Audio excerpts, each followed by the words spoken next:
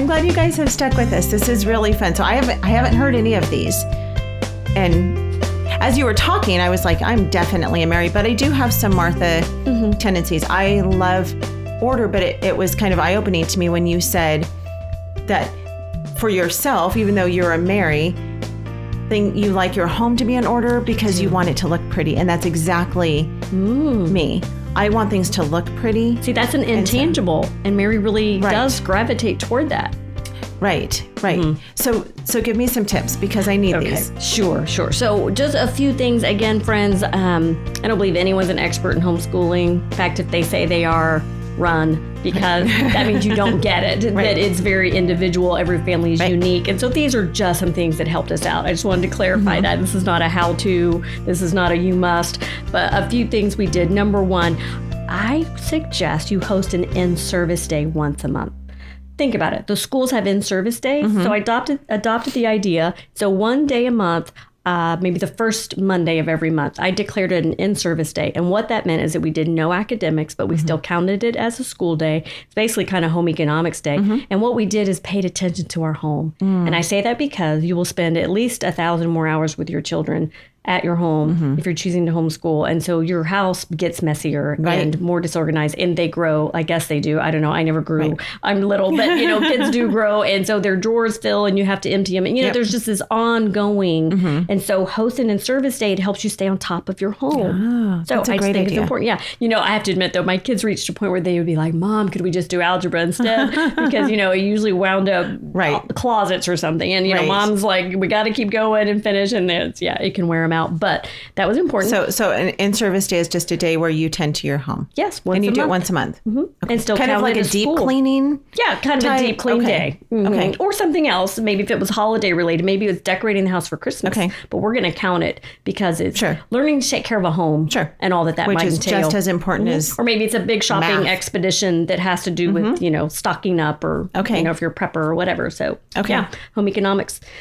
Number two. This might sound silly, but I learned by default because I think Marys drain of life easily, right? With all the feelings you have welled up as a Mary, then you drain. And so by the time lunch would come around, I had pretty much had it, but you got to keep going. So I learned to post a menu for lunch on my refrigerator that was like in pen. That sounds so silly, but by the time it's noon and we need a break, it's like I don't want to hear one whining for a tuna and one peanut butter and jelly and or whatever. Somebody wants pizza. Everybody wants something different. It's like I'm not a short order cook, right? And it's a privilege actually that you are home with us and blah blah blah. So anyway, post a menu on the refrigerator for lunch.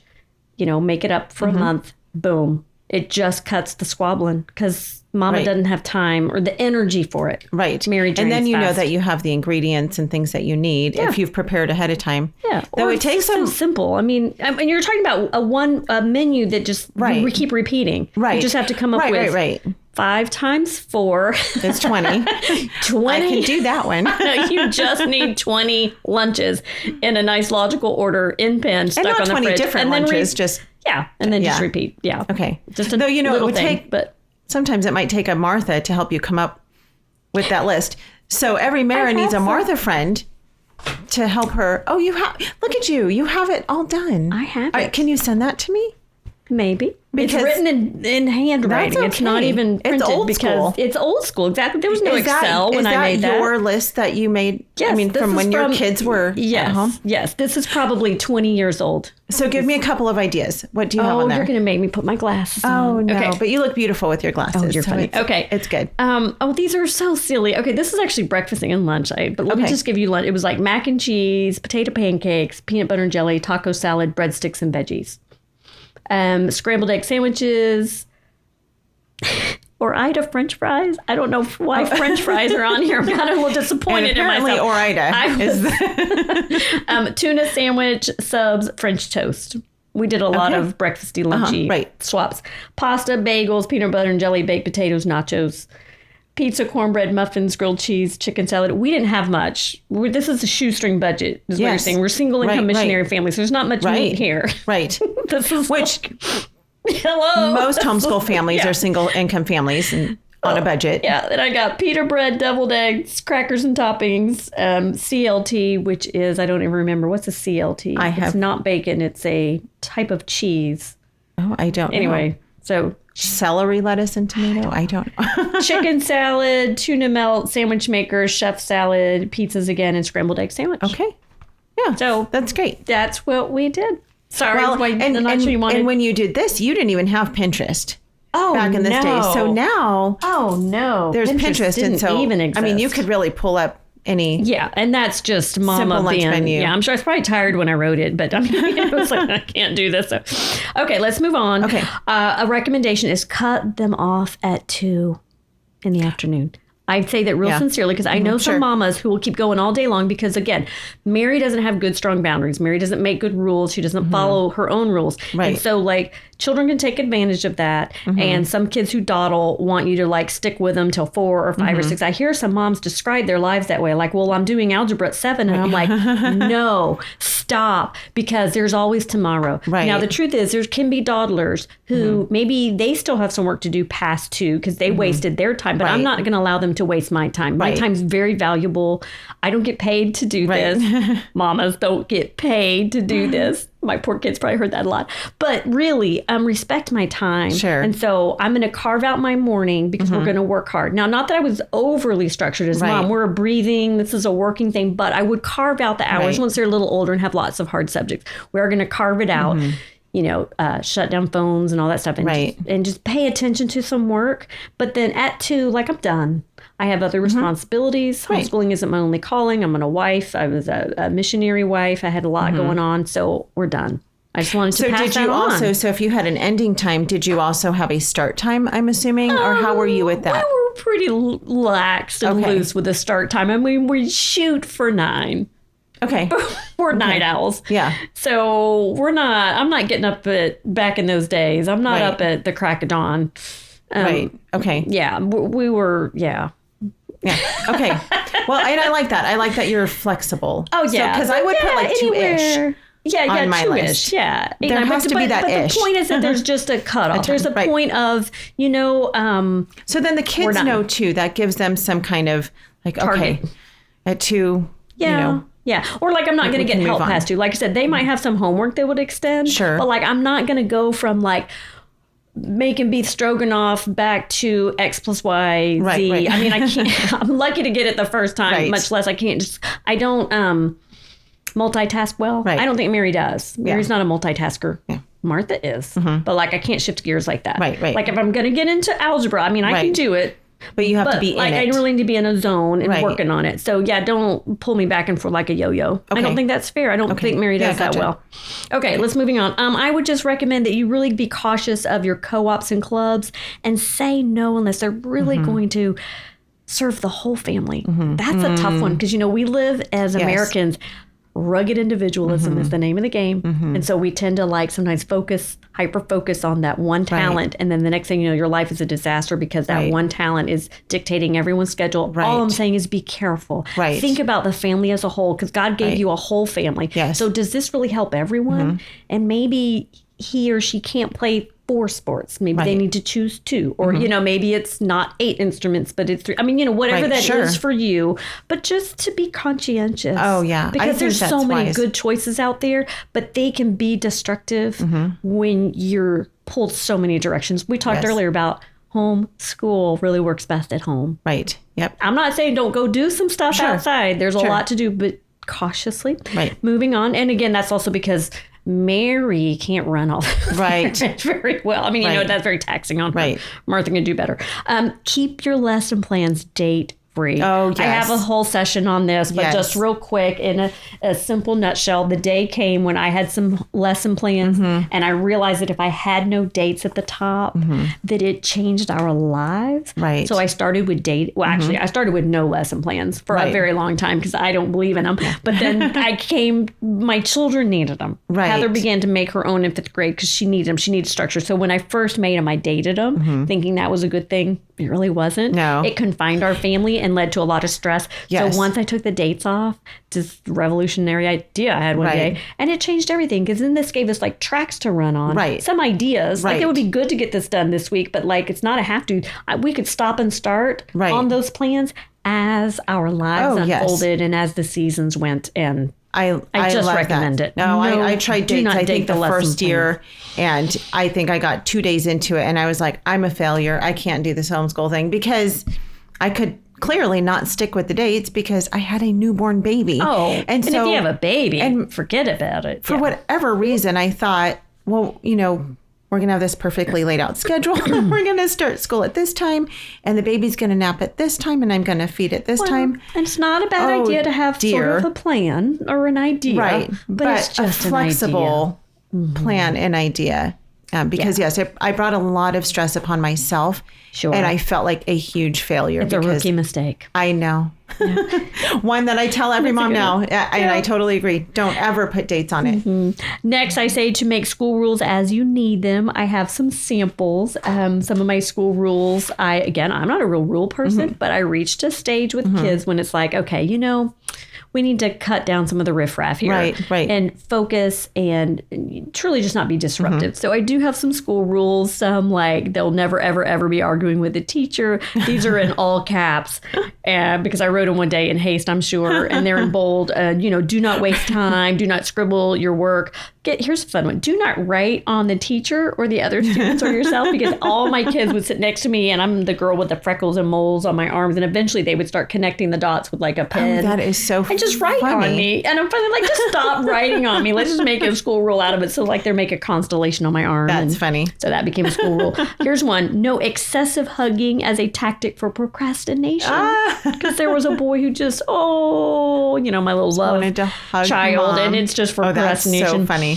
No sleeping in class, parentheses, especially the teacher. So a couple of years I gave up caffeine and it was a mistake. So anyway, I got in trouble. And then I do hate to admit, but to eventually help enforce the rules, I resorted to finding my kids. Now, I'm all about rewarding positive behavior, but there came a time and a place to have a consequence for negative behavior, because both work well together. And they were old enough and mature enough that, okay, we got some rules. Let's hunker down. We've got a job to do. I take our education very seriously. Right. Not necessarily highly structured, but serious. Right. There's a difference. Right. Yes. And so eventually I find them, and I have some examples of some of their misbehaviors. I have a day in the life of the Hobars, and these are funny. Like, Kyle got fined for interrupting Ben-Hur, and this is a 25-cent fine. Heather was messing with Ashley's booty, prompting Kyle to evil through a hat, whispering, kicking. Oh, my goodness. Arguing, squealing, making faces, moaning, throwing things. Get this, all in one day. This is, okay. Throwing things out of Ashley's box, baby powder, throwing baseball cards, baby powder again. I don't know what's going on, but it just sounds like hoopla. This is all one day. And the only thing the girls got was squealing at Kyle. Wonder why. And Heather gets fined because that day she yelled at Kyle and called him immature. Well, no kidding. You know what I mean? So he was just being mischievous all day long. So they got fined. And, again, we're just a single income missionary family. So their allowance was like maybe $1 a week. I don't know. It was something pretty little. Yes. And so for them to have to fork up a quarter for a fine, that was going to add up and cut into what little allowance they got. But it was just a consequence. Sure. And the truth is, if you looked at the dates of these sheets, I would start the year giving a lot, and then we just would quit for a while, not necessary. And then toward the end of the year, I'd kind of bring the sheets back. So it was just to give them a clear picture that, again, respect. Yes. So important. Respect. Like, respect that I am doing this for you. Right. Respect my time. Right. Respect my effort. Right. Don't, I'm not running a zoo here. Enough to want to learn. Yeah, but they're boys and girls who are going to, do their stuff. So, okay, school rules and things. Then I do also say, as a reminder to married, that you might need to redirect or report them when they don't behave.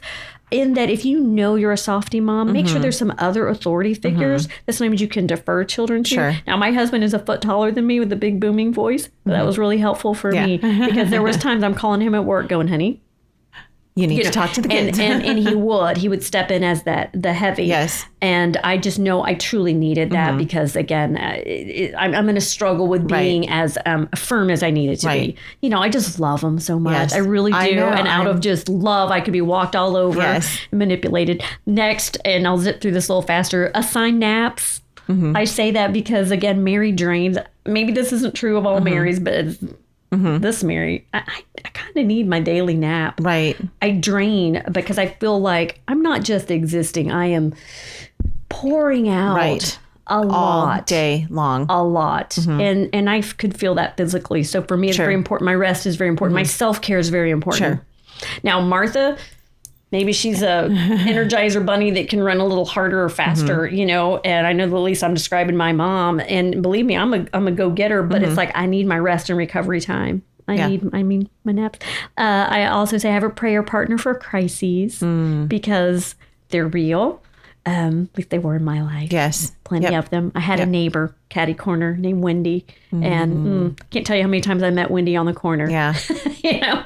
And we'd pray for each other. So I hope as a Mary, you have that trusted sister in your life. And let me say, be that to someone else. So, I mean, I have a few women in my life who are that, who will just text me, you know, especially when we're going through a tough time. It'll be on a daily basis. You know, they'll text me and say, I'm praying for you, or how can I pray for you today? And I'll do the same with them. How can I pray for you today? You know, and just there is nothing better than seeing that text pop up and just know that there's someone who cares enough to pray for me. But I reciprocate that, and I really genuinely do pray for them. You know, I don't ever say to people, oh yeah, I mean, I won't say I've never said it, but you know, I really try. If I tell someone I'm going to pray for them, I really pray for them. And so be that to someone else too. Yeah. And usually if you don't have someone who's doing that for you, if you do it to them, they will reciprocate. Good point. So good point. Then I just close by saying, have a game plan for meltdowns. Don't let meltdowns surprise you, because for one, they are a normal part of life. You know, it's funny with children, not funny, but you know, they ride bikes at different times. They learn math at different times. You know, their tendencies are different. So why do you expect them to all mature at the same time? Some of them just don't have those coping skills when they're little, and it takes them longer to just be mature and to handle life and disappointment. We're all little narcissists on the inside, trying to be our own king or queen. And that's Christian parenting 101. So anyway, just know the meltdowns will happen, and it may be you. But you know, as the meltdowns happen, but I will say one little tip on them, because we had enough of them that I would say I've learned. I think there's minor meltdowns and there's major. And a minor meltdown is just an exasperated child who's very frustrated and their pencil breaks and whatever. And as an adult, you can step in and help them problem solve to make their day better. You know, you get the right pen, you pull their bangs out of their eyes, they're cold, you give them a blanket, they're hungry, you give them an apple. You know, like you're just helping them get to the next thing. But a major meltdown isn't that simple. A major meltdown are more serious behavior problems where, and I don't mean this funny, but it's when the child's horizontal. Like, you know, they are on the floor. It's a tantrum. It's a fit. It's a inconsolable. And it's truly inconsolable.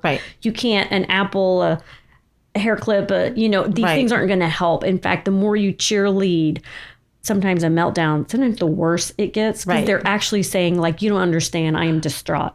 So I think when you have a major meltdown, there's obviously so much more on this, and I know I'm trying to wrap it up, but I think that some you can deal with immediately. And I think the best way is to remove a child from the environment.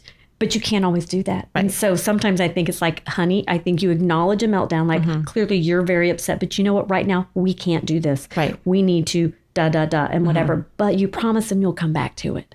And say, you know, we're going to talk about this later. When you're calm. Now. And so you intervene and you put their shoes on for them. You wipe their face because, like, they can't. They have fallen apart. And you acknowledge it, and you will love them more than anyone else in the world. That's right. And be patient and kind through their meltdowns. As hard as they are, you love them. You're their mom. And so you get in there and you do the best you can. And that's Christian parenting too. Yes, that's right. And it may be, but when you get back to it later, that's when you take their little heart to the Lord. You go over scripture, you pray, you talk about, you know, their angst, and it's real. And you practice forgiveness, you know, and they have to apologize to who they hurt in the family, and the family needs to help them re-enter in case they really cause a scene that has embarrassed or thrown the family out of a, you know, just these are real things. And if they're far more serious than that, get help if you think you need it. You know, we got to keep our kids safe.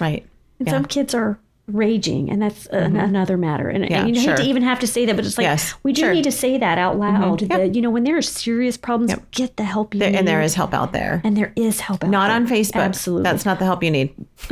Much further than Not that. on Facebook. I know what you mean. Get real help. So anyway, I kind of ended on a more sobering note there, but I just mean it with love. Yes.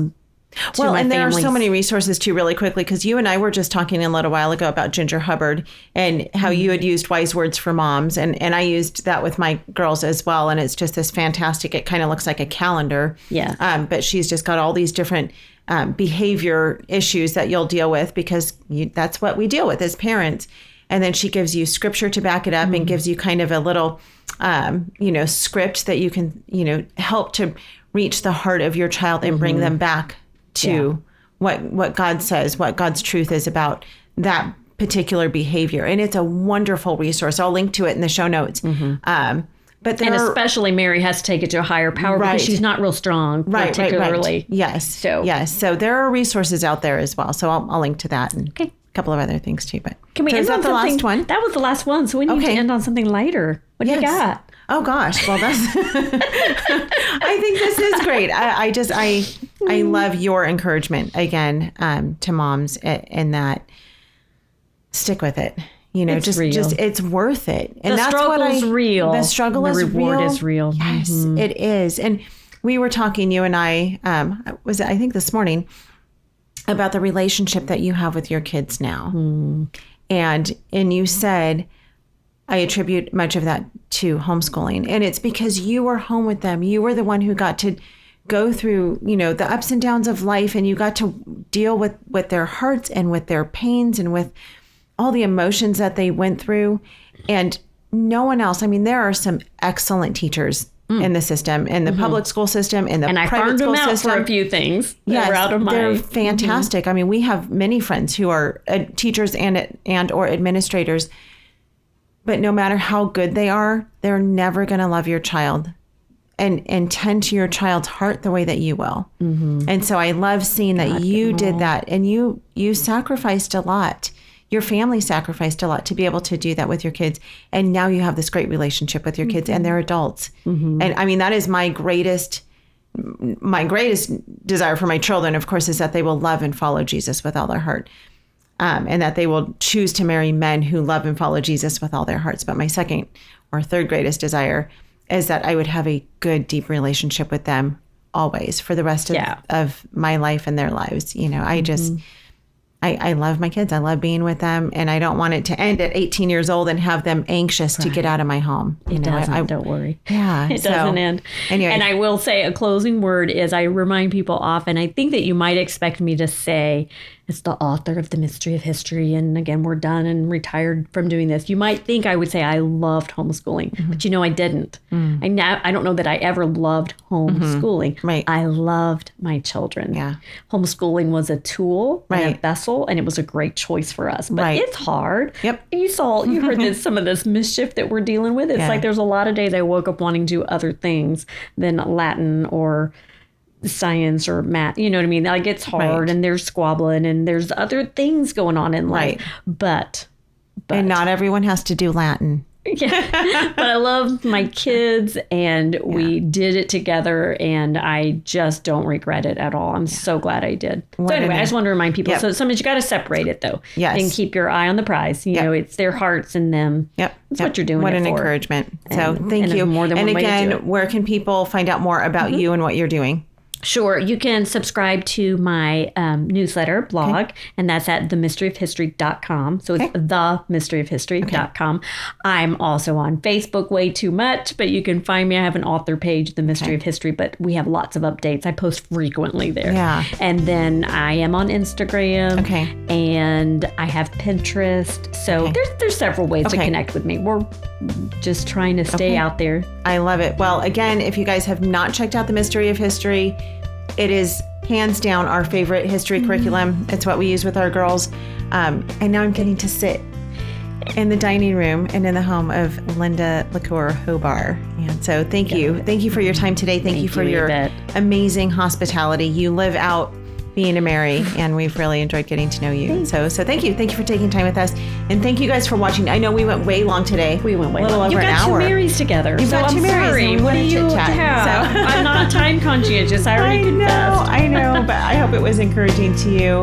We'll put as much of this as we can in the notes. But have a great rest of your day, and see you back next week. Bye.